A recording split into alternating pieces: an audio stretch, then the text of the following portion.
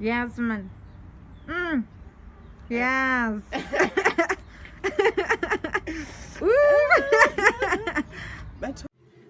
Hi darlings, welcome back to my YouTube channel. My name is Katlego Tobagale, and if you are new here, welcome darling to this dysfunctional family.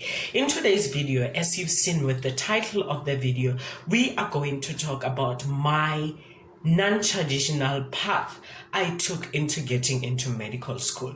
It all started in high school, and then I went to my first university where I did my first year and then moved to medical school. So if you're interested, please subscribe, like and comment, as well as to share this video so that we can grow this family, I meant, darlings. Thank you so much. Now let's get into the video, darlings. So it all started in high school, where I always wanted to be a medical doctor, but in grade 10 I was influenced by other third parties. I was told that medicine is 7 years. By that time I knew medicine to be 7 years. And they were like, you going to study for the rest of your life and what so not, only to find that it's not 7 years, it's actually 9 years.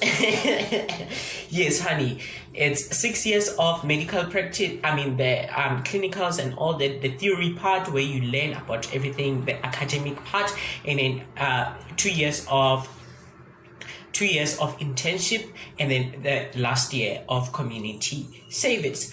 But how did I manage to get into medical school? First, in grade 10 I had to choose my subjects. I mean, in grade 9, and I was told to I was good in mathematics. I hated maths. I still hate maths, but because I was good at physics and all that, my father specifically. What am I saying? No, it's fine. People were like, choose engineering, because engineering was, I chose technical subjects. I chose electrical technology, civil and all. So I do not have any background in terms of life science. I don't know what life science is about. Her, it's about what? I don't know her at all. I do not know what life science is. It a bursary? I don't know. Don't ask me about life science. Right. So I chose those subjects, and I actually did well in those subjects throughout my FET phase. And then in grade 12, early grade 12, I used my matric results. I mean, my grade 11 final results. And deep down, I knew that, darling, this is not for you. Engineering, it's not for you. You are the girl who is supposed to do stitches, who's supposed to operate people, who's supposed to inject people. You're not the one who's supposed to be wearing overalls, those things. No, honey, we don't do that. We don't do electricity. But, what happened? I applied to the university. Actually, they applied for me because I didn't have any knowledge or background or exposure to the internet to that extent of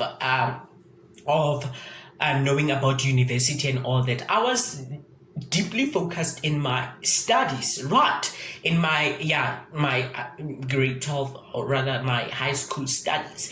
So they helped me at school, coming from so this is more like, it's a typical black child story, where you don't know anything about applying applications and all that. You don't know how to press a computer, those things. We had it rough, but that's not the case. That's not where we are. Where we are, it's I got assisted with my application. I own darling. When they say someone is brave, they're talking about me. I only applied to one university. I applied to the University of Johannesburg, where I did my first year in engineering. So I applied, and then late around October, if not August. I don't remember, but I remember that it was about a week or a few days before the closing of NSFAS, the closing date for NSFAS application. My teacher, my English teacher, helped me to apply for NSFAS using their school's resources, and that was against the law, but eventually they assisted me. I applied for NSFAS and I got admitted at the University of Johannesburg, and I did my first year in 2019. So I did my matric in 2018 and I moved to I got admitted at the University of Johannesburg to do Bachelor's of Engineering in Electrical and Electronic Engineering. Wow. Yeah. Honey, when we talk about engineering, it was hectic. Nah, okay, right. So I did my first day in engineering. What a horror movie. What a nightmare. What, like, I knew from the get-go, just by going to, when I got admitted, I was happy, but I wasn't happy in terms of me doing engineering. I was happy to the whole idea of becoming a student and having an allowance, darling. Yes, I remember last year, I usually, NSFAS would give me 1,440. Yeah, we didn't have any catering or dining hall or whatsoever. And yeah, I was happy with the idea of living on my own, being independent, and I longed that, I yearned that feeling, and I got that. But the only devil was engineering itself.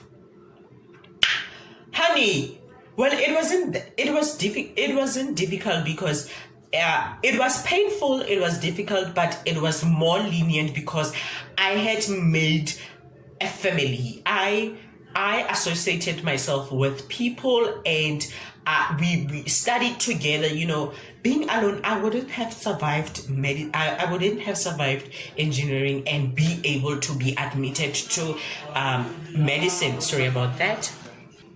Right, you need to have a good support structure in terms of your studies in tertiary, because wow, darling, distinctions can just go through the window, darling. It's not about distinctions at all. Right, and I eventually survived my first day, and I told myself, you know what, Katlego? You're not coming back to UJ. And I made sure, like from the get-go, from my first semester, just by orientation in UJ, I already knew that I do not belong here. I do not belong here. I'm a darling. We don't do engineering. Right. It's a nice course, but it's quite hectic. It's hectic. But yeah, I took my money, my NSFAS money, and I applied for myself. Oh, sorry about that. I applied for myself. I wrote the NBT test, which I failed. Oh, darling, I failed dismally. I remember my English AQL. I got 40s. Honey, darling, I failed. And for maths, thank God for my exposure to calculus and all that. I would have failed maths, but at least I got 70. Yeah. And I was like, I just hope they just focus on other things such as my marks in high school as well as those ones in university itself, and not focus on NBT, because that's shitty. NBT is just unnecessary. But I managed, and I had applied to 3 universities, but I was always a good procrastinator.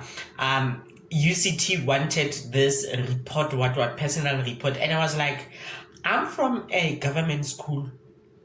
I didn't even do sports. I don't even know what sports is. I don't even know how to define sports. or rather spell out what sports is. I don't know sports. I don't know anything about community service. The only thing that I did at school was to study and pass. That's all. Cram physics, cram mathematics, and pass. That's all. I don't know anything about sports and, those things. I don't know anything about those. Honey, we don't know sports. We don't even know how to exercise. Sorry about that. Right. Now, what else? Okay, they told me to write that report. I didn't do that.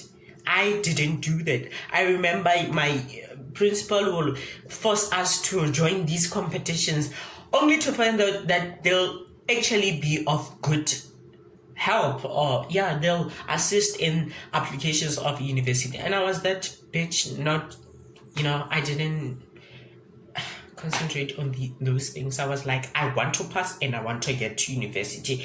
These things of sports and joint society debates, I didn't do that. I just focused on my marks. Right. Now, as I was saying, I applied to those 3 universities. I got my application to, I don't know what happened to my application to UCT. I don't know. And for medicine, in vets, I got rejected. I remember I also applied for BCMP at vets. I got rejected in my second week of academics this year.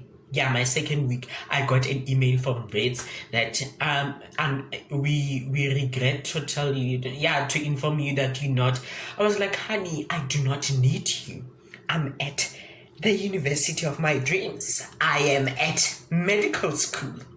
But that's not the case. Right, so I applied for myself. I did research in terms of my NSFAS, whether will it affect my funding in terms if I transfer to another university, and also change courses, only to find out that it doesn't affect anything.